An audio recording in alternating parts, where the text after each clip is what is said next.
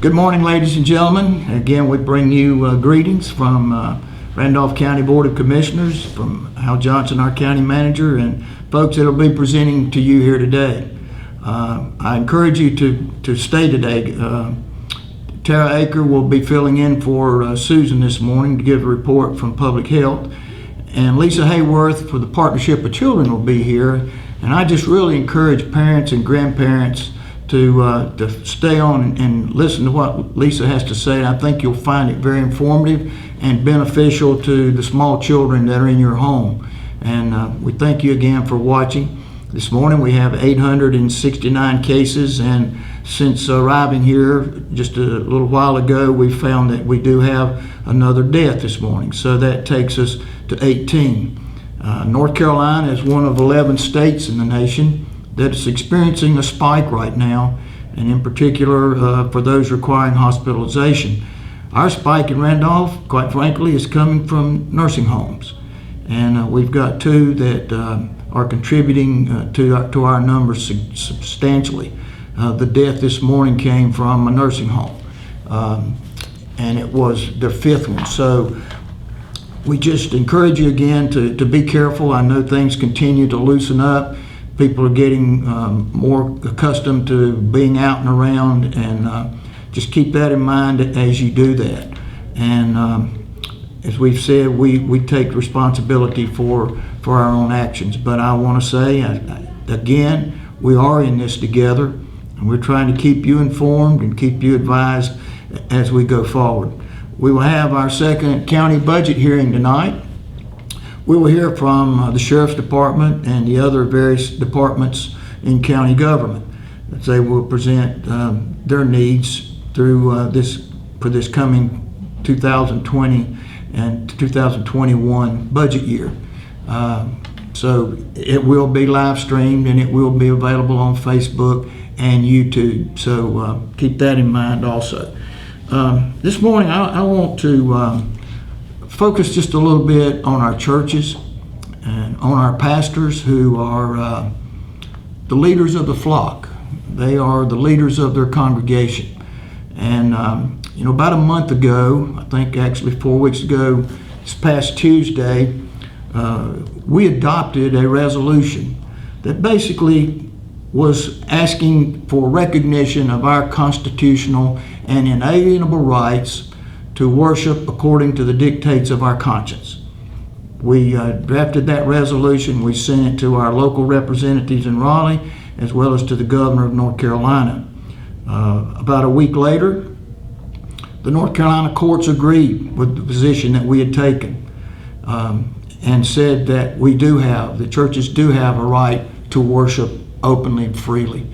The pastors and the congregations did not just rush out to fill up churches, but continued to recognize the seriousness of the issue. And I want to give them a great word of appreciation and recognition for the work that they do and the influence that they have all across this county. Sometimes I think we forget that pastors are human beings. They are a spouse. They are a father. They're a grandfather in some cases. They are a friend, close friend to many in their congregation.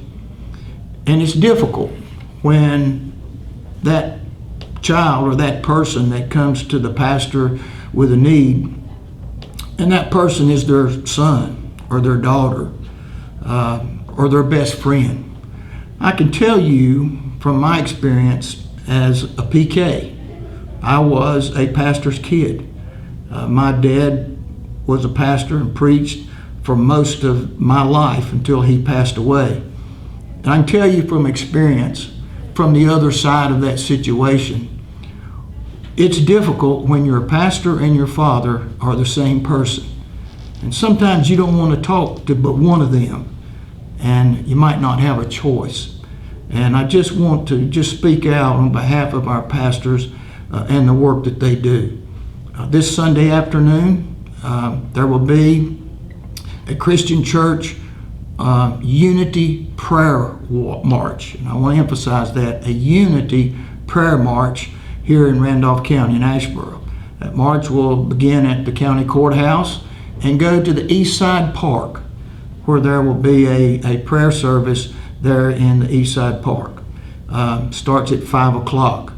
We thank our pastors for putting that on, and again recognizing the need for those social issues that we will observe. So keep that in mind, and again, I just thank our pastors for putting that on. And again, from that personal standpoint, and as we go forward, for I don't know how long with these videos, one morning I might share with you sort of the evolution in my father's life that I know even as from a youngster that God prepared him for the ministry and for his life of service and dedication and bringing the gospel to those in need. So with that, having said all that, I want to read you a passage of scripture this morning, and I have my Bible with me, a Bible that was a gift from my father, and it's from the book of Romans, as Paul writes. I guess today we would call Paul an evangelist. And he's writing in the book of Romans to the church at Rome, of course. And Paul gives these words. And I want you to pay very close attention to these words this morning. And it's King James Version. That's what I was raised on and continue to use. Romans, the 10th chapter, and verse 13 through 15. Paul writes, "For whosoever shall call upon the name of the Lord shall be saved." And now this is the part that I want you to pay attention to this morning, and maybe you go back and read it yourself in a little slower and a more quiet personal time. "Whosoever shall call upon the name of the Lord shall be saved. How then shall they call upon him in whom they have not believed? And how shall they believe in him of whom they have not heard? And how shall they hear without a preacher?" How shall they hear? How shall any of us hear without a preacher? And I thankful for preachers in my life, not just my dad, but pastors at my home church there in Trinity, and for the influence they had on my life. How shall they hear without a preacher? And listen. And how shall they preach except they be sent? As I said, I know my father was sent, and that sending started at a young age in his life. As it is written, how beautiful are the feet of them that preach the gospel of peace, and try and bring glad tidings of good things. That's what I really bring out in behalf of our ministers, our pastors this morning. How beautiful are the feet of them that preach the gospel of peace and bring glad tidings of good things. And in this time we've been focused on the coronavirus, and now for a couple of weeks we're focused on what took place in Minneapolis with George Floyd and what has taken place over years prior to that, and the division and the results from that happening.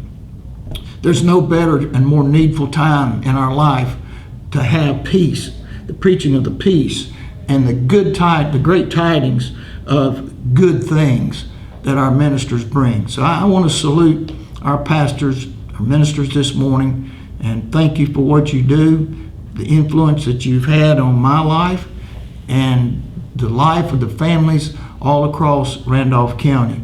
And God bless you. And as we come to the weekend, and however your particular church might be observing those worship services come Sunday morning, we thank you for that. And as I mentioned, we've had a spike from nursing homes and other areas around the county, but not so from churches.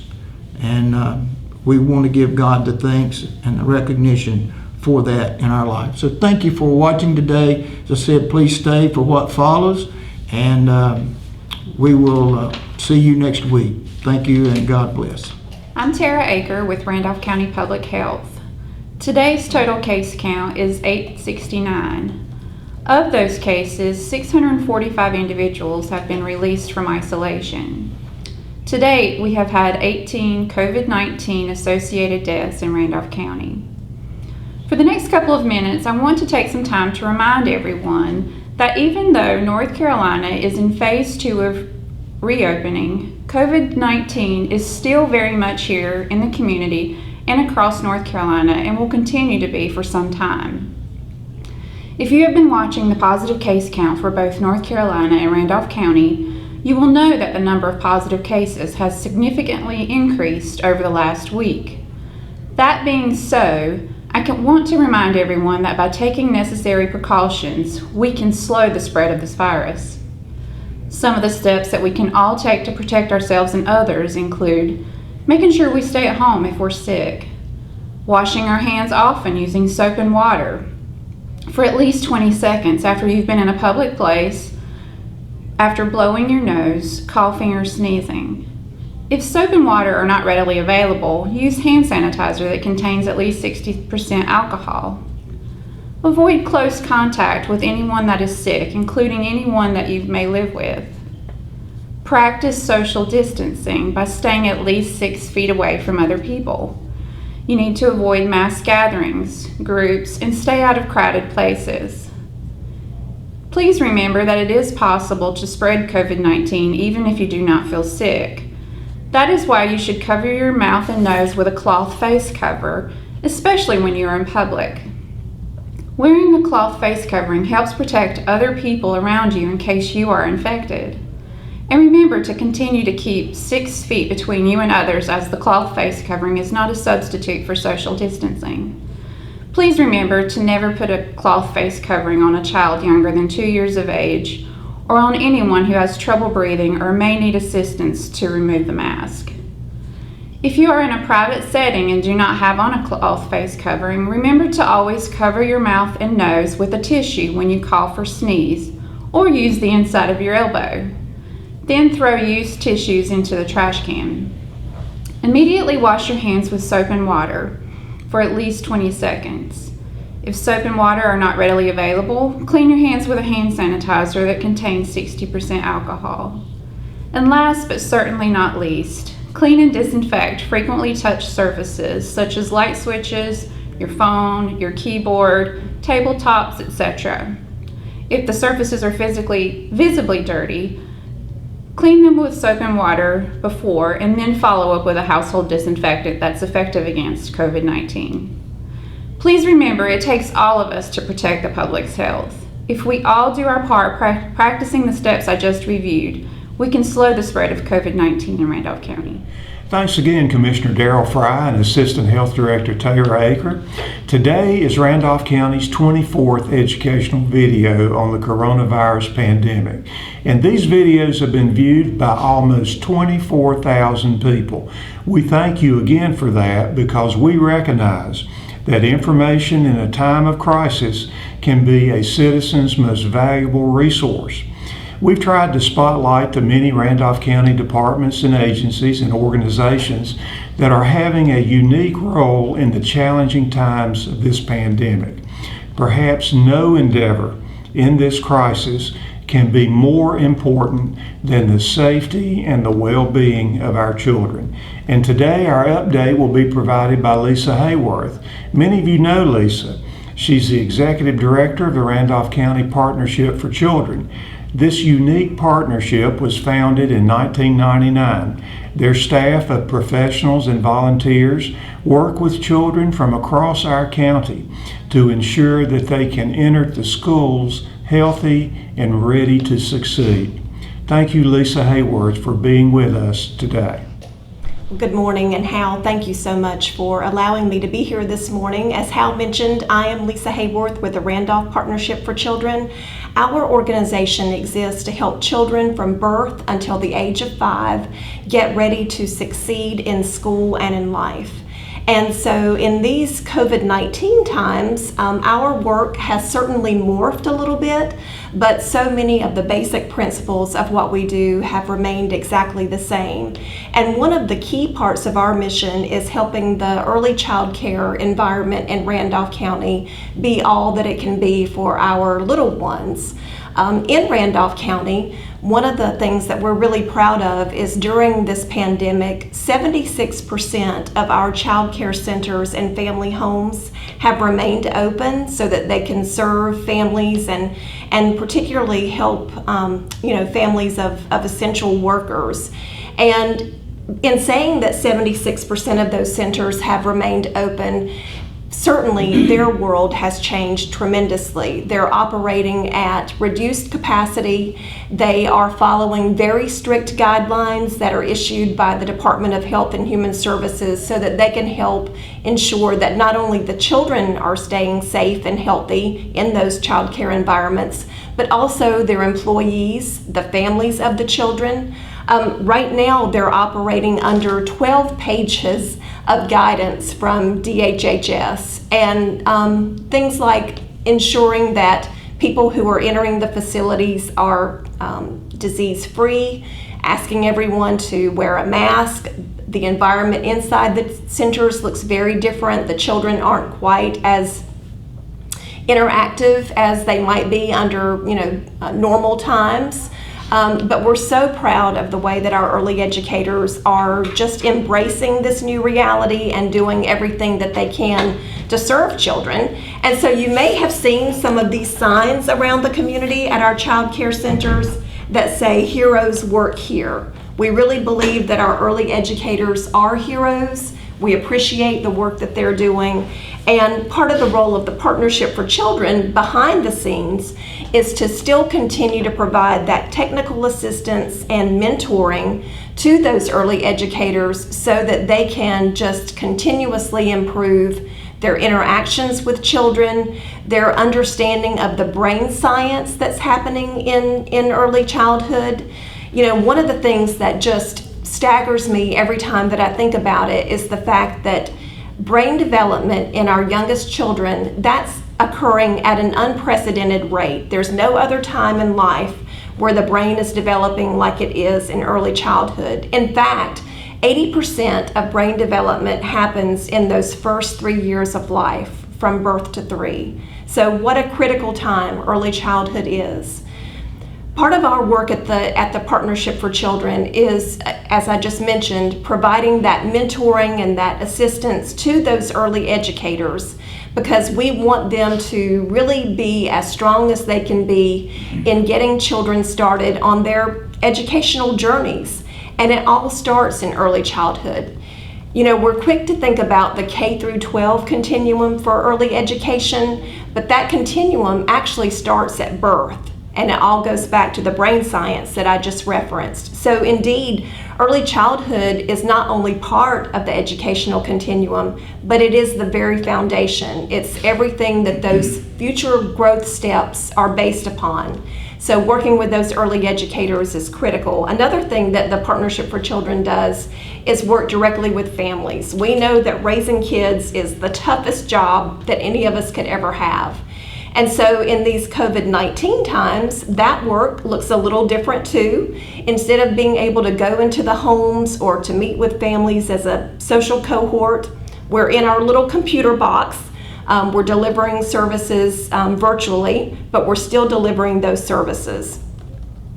A call to action that I might want to underscore on behalf of the Partnership for Children, I think about the ways that COVID-19 has impacted our lives, the way that it's impacted my life, and to some extent, it's really helped me get rid of some extraneous things in my life and focus on the very key people that mean the most to me, to focus on the activities that mean the most to me. And so a call to action on behalf of the Partnership for Children is, let's get back to the basics.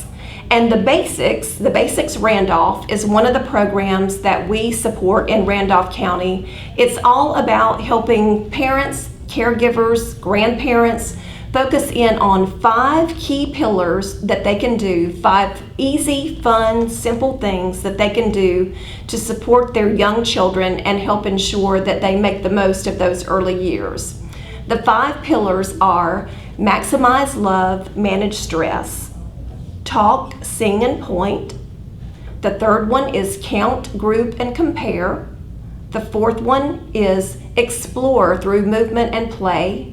And the fifth pillar is read and discuss stories. So I want to talk for just a moment about that first pillar, which is maximize love and manage stress. You know, our kids, even our youngest kids, babies, toddlers, they pick up on stress in the environment. They know when parents are anxious, they know when family members are anxious.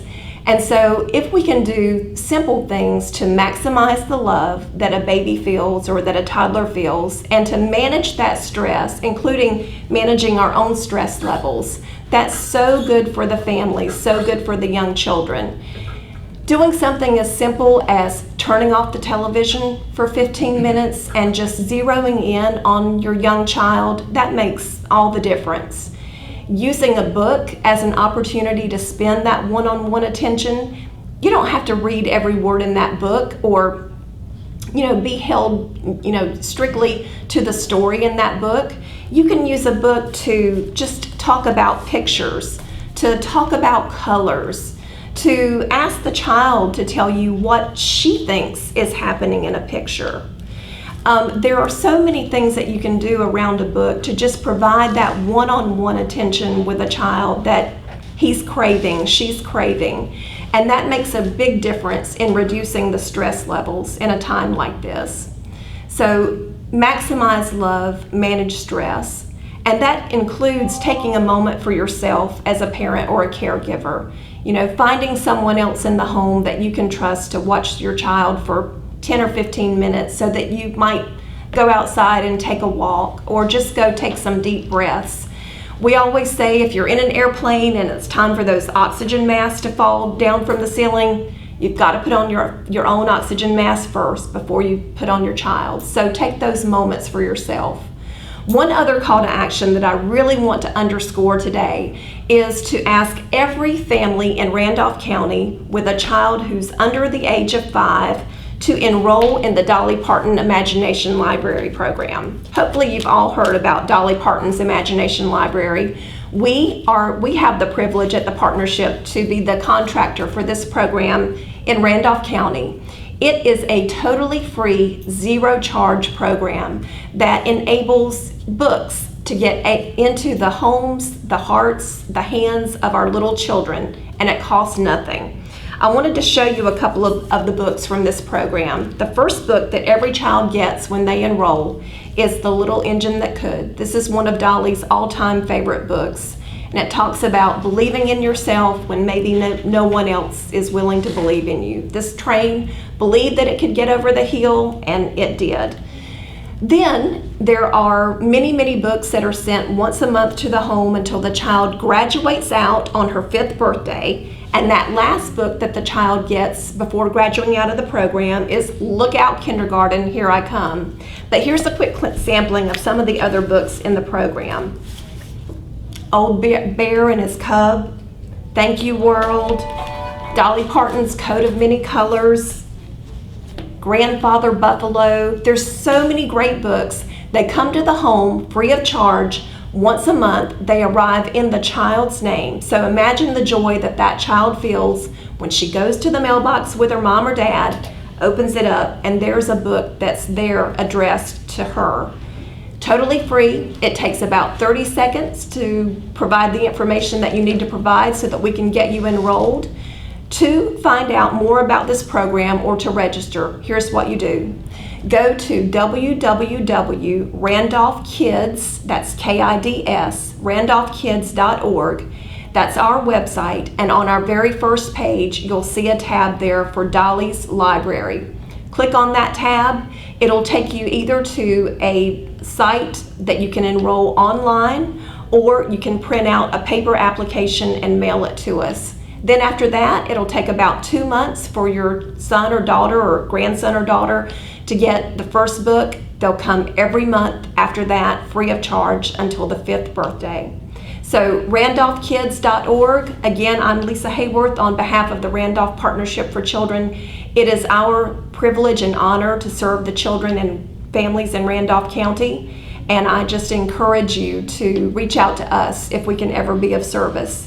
And thank you again, Hal, for allowing me this opportunity to connect with families throughout Randolph County this morning.